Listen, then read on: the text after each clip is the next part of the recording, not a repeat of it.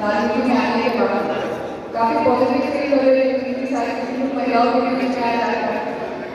महिलाओं के बारे में यही कहना चाहते हैं कि हर दिन ही महिला दिवस होता है, लेकिन किसी कारणवश उसको एक निर्धारित किया गया है 1975 के बाद कि 1 मार्च को इंटरनेशनल वुमेन्स डे सेलिब्रेट किया जाएगा।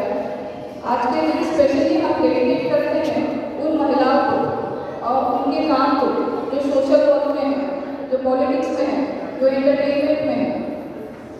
आप देखिएगा महिला हाउस वाइफ से जैसे एमटीवी बनती है, ICICI बैंक के आप देखिएगा इनकी जो मैनेजिंग डायरेक्टर है चंदा कोचर, सरोजनी नायडू जी को देखिएगा जो एक फ्रीडम फाइटर है, मदर टेरेसा। स्कूल में आज भी बच्चे मदर टेरेसा के किस्से और पढ़ते हैं और सुनते हैं कि कैसे उन्होंने सोशल वर्क में गरीबों के लिए अपना पूरा योगदान निभा दिया।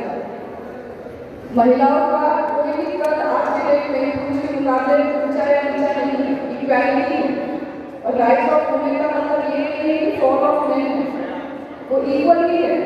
जेंडर इक्वालिटी हो, एजुकेशन इक्वालिटी हो, हेल्थ बेनिफिट इक्वालिटी हो, इसको ज़्यादा से ज़्यादा कैसे सुनिश्चित करना है कि हमारा सोशल वर्कर हो, पॉलिटिकल वर्कर हो, सबको जिम्मेदारी है। आखिर में यही मैं कहना चाहूँगी, कर्तव्य